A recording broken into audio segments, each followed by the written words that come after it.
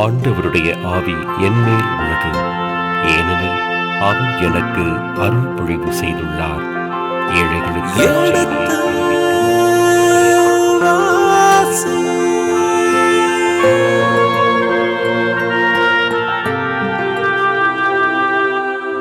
எடுத்து வாசி.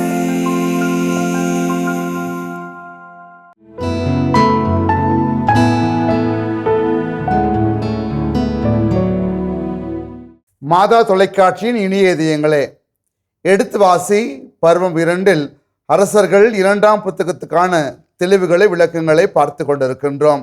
இதற்கான விளக்கங்களை தெளிவுகளை நமக்கு கொடுக்க இருக்கின்றவர் அருட்பணியாளர் ரேமன் ஜோசப் அடிகளார் அவர்கள் நாம் வரவேற்போம்.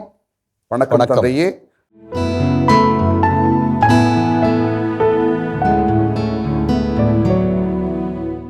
பின் அவர் குரு இலக்கியாவுக்கும் சாப்பானின் மகன் அகிக்காமுக்கும் மிக்கையாவின் மகன் அக்போருக்கும் எழுத்தர் சாப்பானுக்கும் அரசர் அலுவலர் ஆசாப்புக்கும் கட்டளையிட்டு 5 பேருடைய பேர் இங்கே இடம்பெறுகின்றது. 5 பேர் இந்த குழுவிலே வருகிறார்கள். தலைமை குரு இலிக்கியா, எழுத்தர் சாப்பான், அரசு அலுவலகர் அசாயா, அப்புறம் சாப்பானின் மகன் அகிக்காம், மிக்கையாவின் மகன் அக்போர் ஆகிய இந்த 5 பேரையும் அவன் அழைத்து ஒரு கட்டளையை கொடுக்கிறான். என்ன கட்டளை? அதான் 13ஆம் வசனத்தில் சொல்லப்பட்டிருக்கிறது. நீங்கள் போய் கண்டெடுக்கப்பட்ட இந்நூலில் என்னை குறித்தும் மக்களை குறித்தும் யூதா முழுவதையும் குறித்தும் என்ன எழுதப்பட்டுள்ளது என்று ஆண்டவரின் திருவுளத்தை தெரிந்து கொண்டு வாருங்கள். 5 பேருக்கு இவன் கட்டளை இடுகிறான். இலிக்கியா, சாப்பான், அசாயா, அகிக்காம், அதே மாதிரி அக்போர். இவர்களெல்லாம் மிக முக்கியமானவர்கள். இவர்களை அனுப்பி எனக்கும், அதாவது தனக்கும், மக்களுக்கும், யூத நாட்டுக்கும், தனக்கு மட்டும் கேட்கலாமே, 3 நிலைகளில் பார்க்கிறான். மக்களுக்கு என்ன சொல்லுது இந்த புத்தகம், தனக்கு என்ன சொல்லுது இந்த புத்தகம், நாட்டுக்கு என்ன சொல்லுது. இந்த 3 நிலைகளில் என்ன செய்திகள் சுட்டி காட்டப்பட்டிருக்கிறது, அதில் என்ன எழுதப்பட்டிருக்கிறது, இதையெல்லாம் எனக்கு ஆண்டவருடைய திருவுளத்தை அறிந்து வாருங்கள் என்று பணிக்கிறான். ஆக இந்த திருச்சட்ட நூலை அவன் ஏதோ ஒரு சாதாரணமாக எடுக்கலை. இவங்க இது 2ஆம் நிலைக்கு தள்ளினாலும் இதை கொண்டு வந்தவங்க சாப்பான் 2ஆம் நிலைக்கு தள்ளிட்டான். முதல் நிலையில் அவனுக்கு எதுதான் முக்கியமாக இருந்தது? கோவில் கட்டுகிற பணம் வரவு செலவு கணக்கு தான் அவனுக்கு முக்கியமாக இருந்தது. ஆனால் இந்த சட்டம், திருச்சட்ட நூல் 2ஆம் கட்டத்தில் இருந்தது. ஆனால் அரசனுக்கு எது முதல் நிலையில் இருக்கிறது? திருச்சட்ட நூல். கோவில் கட்டுகின்ற அதையே மறந்துட்டான். அந்த பணம் கொடுத்தல் வாங்கல் அதெல்லாம் மறந்துட்டான். இப்போ எதை முக்கியப்படுத்துகிறான்? சட்ட நூலை முக்கியப்படுத்துகிறான். சட்ட நூல் இப்போ எதுக்காக நாம் கண்டுபிடிச்சோம்? இது ஏதோ ஒரு நோக்கத்திற்காக இந்த சட்ட நூல் நம் கண்ணுக்கு முன்னால் வந்திருக்கிறது. அப்போ இந்த சட்ட நூல் வழியாக நாம் ஏதோ கடவுள் சொல்ல விரும்புகிறார், எனக்கு, நாட்டுக்கு, மக்களுக்கு. உடனே இதை அறிந்து கொண்டு வாருங்கள் என்று ஆளை அனுப்புகிறான். 5 பேரை அனுப்புகிறான். அதற்கடுத்து, ஏனெனில் இந்நூலில் நமக்காக எழுதப்பட்டுள்ளவற்றிற்கு நம் மூதாதையர்கள் செவி கொடுக்கவும் இல்லை. சட்ட நூல் வாசிக்கப்பட்டு விட்டது. அவனுக்கு நல்லா தெரியுது, இதில் உள்ள சரத்துக்கள் எதுவும் இவனுக்கு முன்னால் வாழ்ந்த மக்கள் அதை செவிமடுத்ததும் இல்லை, அவற்றின்படி நடக்கவும் இல்லை. எனவே ஆண்டவரின் சினம் நமக்கு எதிராய் கொழுந்து விட்டு எரிகிறது. ஏதோ ஒன்று நடக்கக்கூடாது, நடக்க போகிறது என்ற உணர்வு அவனிடத்தில் இருக்கிறது. அதனால் முதலில் போய் என்ன சொல்லுது இந்த சட்டம், இதனுடைய பின்னணி என்ன, இதனால் நமக்கோ அல்லது நாட்டுக்கோ மக்களுக்கோ என்ன நடக்க போகிறது, இதை தெரிந்து கொண்டு வாருங்கள்.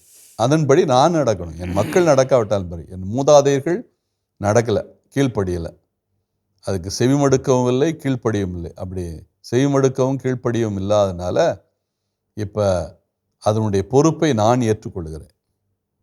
நான் அதை ஒழுங்காக கடைபிடிக்கணும், அதை மக்களுக்கு எடுத்து சொல்லணும், மக்கள் வந்து அதை கடைபிடிக்கின்ற அளவுக்கு அதை சிறப்பானதாக மாற்றணும் அப்படின்னா அந்த விளக்கங்கள் தேவை எனக்கு.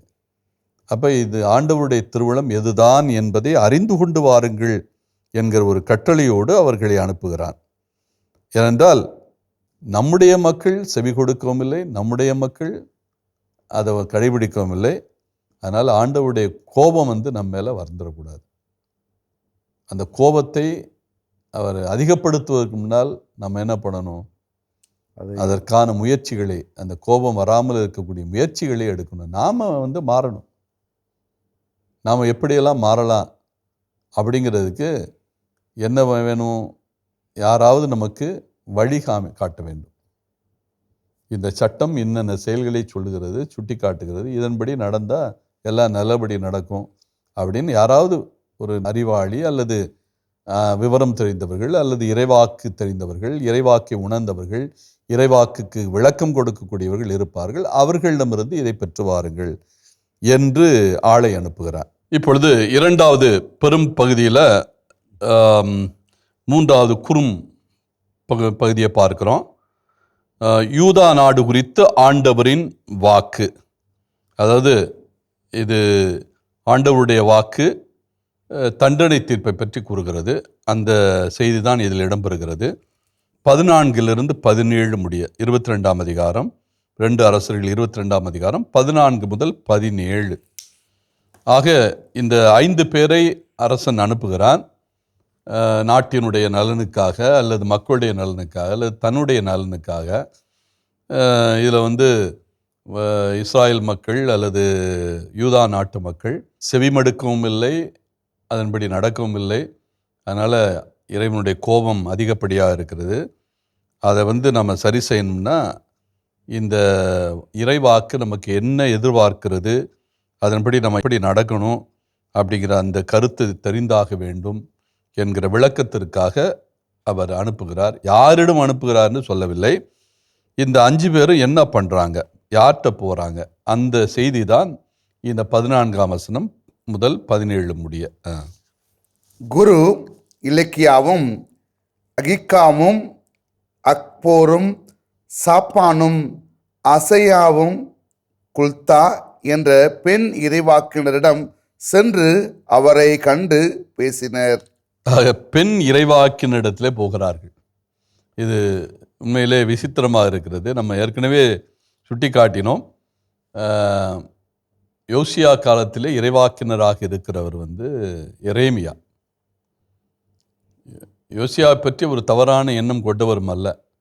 இலிக்கியா என்கிறவர் அவருடைய எரேமியாவினுடைய தந்தையாக இருந்திருந்தால், இலிக்கியாவின் மீது இந்த அளவுக்கு தொடர்பில் இருக்கிறவர், குருவாக்கிய அந்த இலிக்கியாவோடு நல்ல தொடர்பில் இருக்கிறவர், எரேமியா மீதும் தொடர்பில் இருந்திருக்க வேண்டும். அப்போ இலிக்கியா தன்னுடைய மகனிடத்தில் தான் போயிருக்க வேண்டும். ஆனால் இலிக்கியா யாரிடத்தில் அழைத்து செல்கிறார்? ஒரு பெண் இறைவாக்கினிடத்தில் எல்லாரையும் கூட்டிகிட்டு போகிறார்.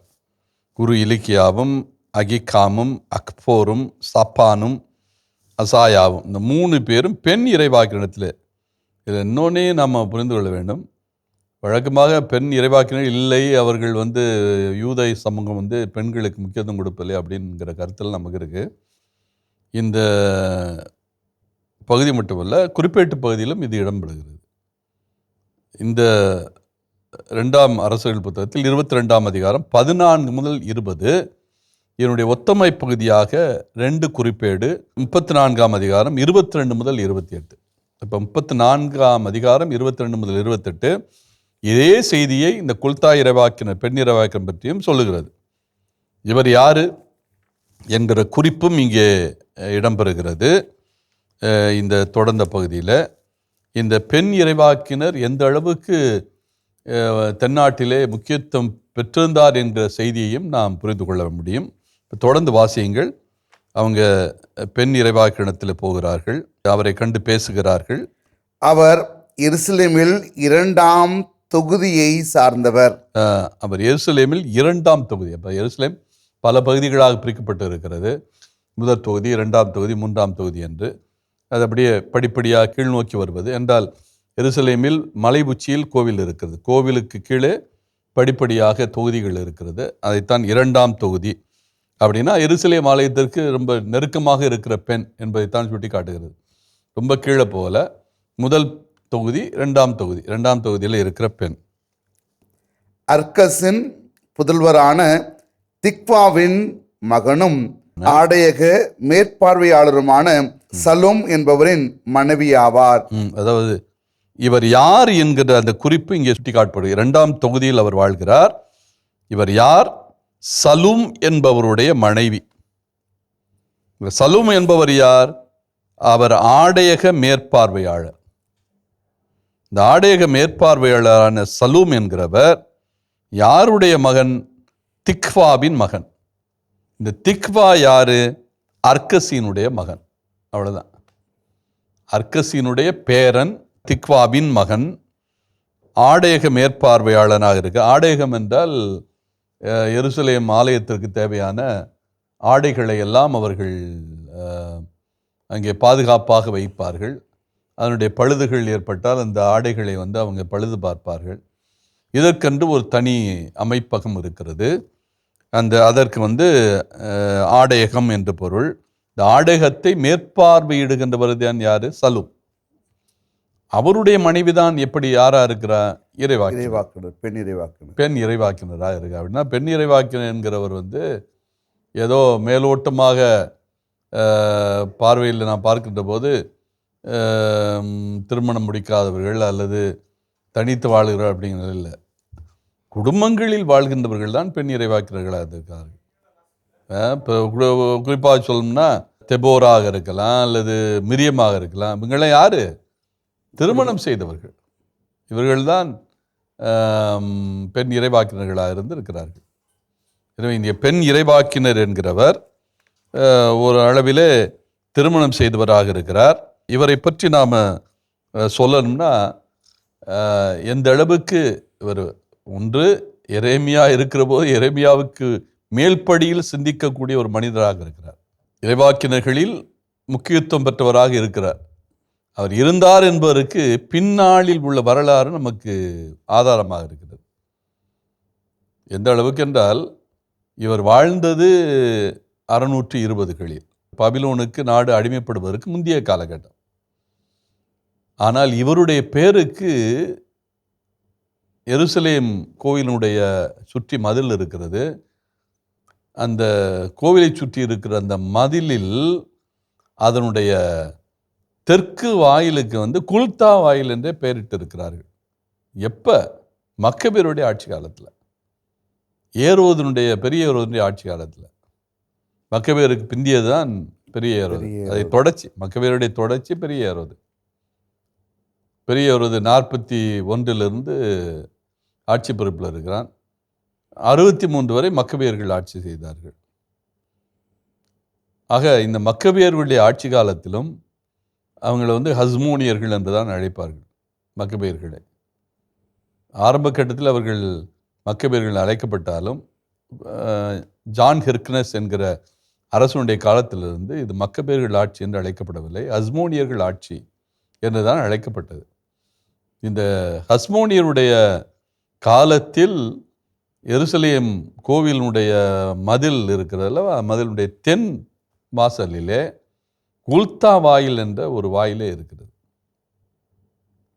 அப்படின்னு அந்த குல்தா எந்த அளவுக்கு ஒரு சிறப்புமிக்க இறைவாக்கினராக கருதப்பட்டார் என்பதற்கு இது ஒரு நல்ல அடையாளம். யோசியா மன்னன் எரேமியா இறைவாக்கினிடத்தில் ஆள் அனுப்பாமல் யாரிடத்தில் ஆள் அனுப்புகிறான்? குல்தா. ஒன்று அல்லது என்ன நடந்திருக்க வேண்டும்? குல்தா இறைவாக்கினரை யார் போய் பார்க்க விரும்பி இருக்க வேண்டும்? எரேமியா அவனுடைய தந்தை, அவர்தான் இலிக்கியா. இந்த இலிக்கியாவே தன்னுடைய மகனை ஒதுக்கி வைத்து விட்டு யார்கிட்ட போயிருக்க வேண்டும்? இந்த பெண் இறைவாக்கினிடத்தில் போயிருக்க வேண்டும். அப்படித்தான் நாம் சிந்திக்க தோன்றுகிறது.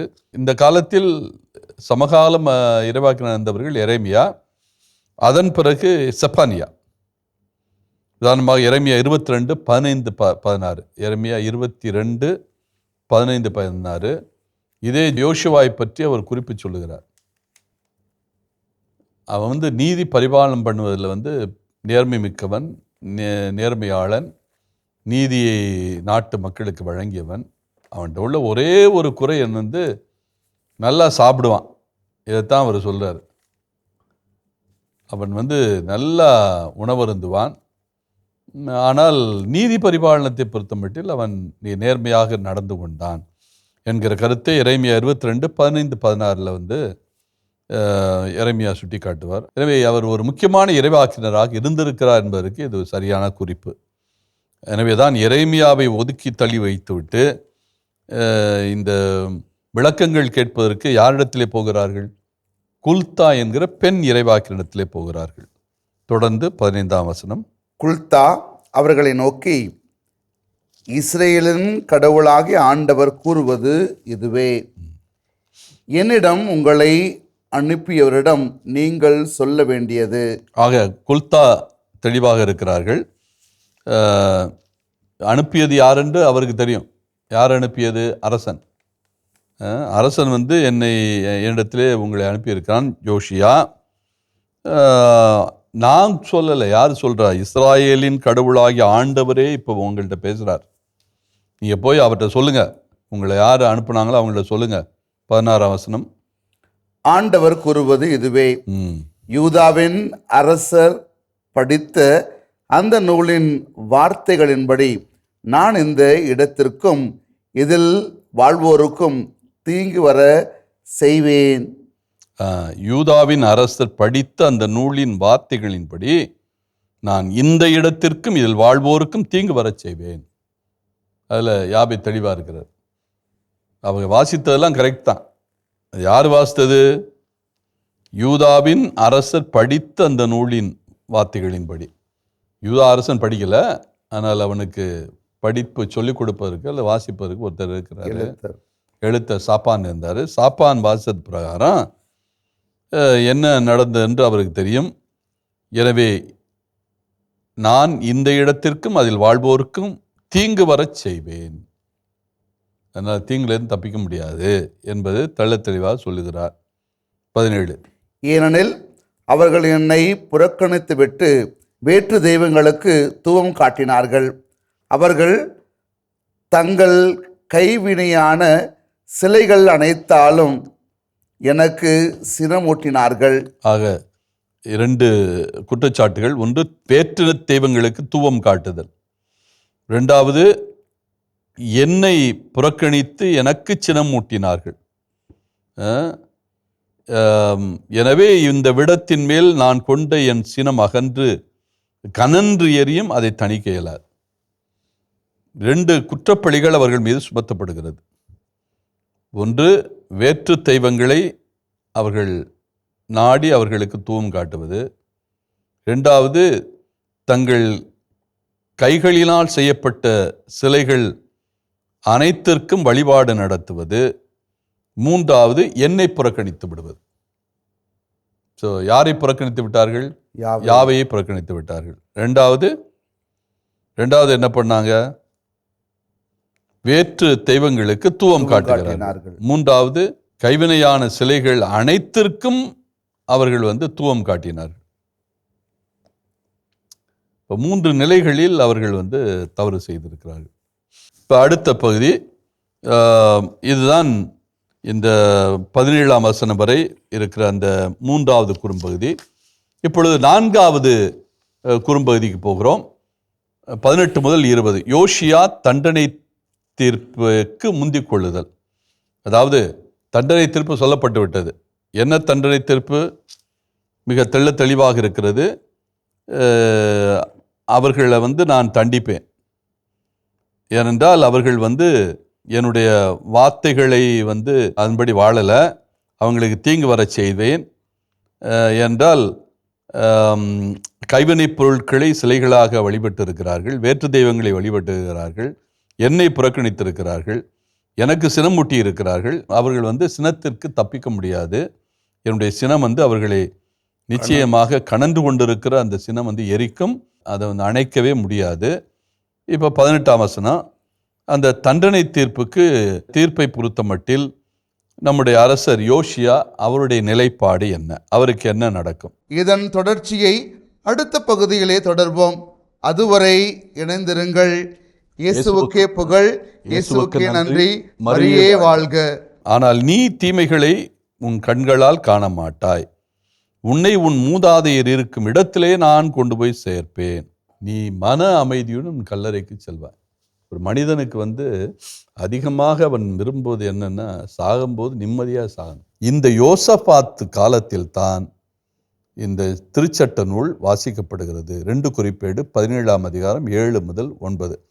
அப்படின்னா அவன் சாலமோனிலிருந்து ரெகபவாம், அதுக்கடுத்து அபியாம், அபியாமுக்கு அடுத்து ஆசா, ஆசாவுக்கு அடுத்து இவன். அப்போ சாலமோனிலிருந்து நாம் கணக்கிட்டோம் என்றால் 5வது அரசு.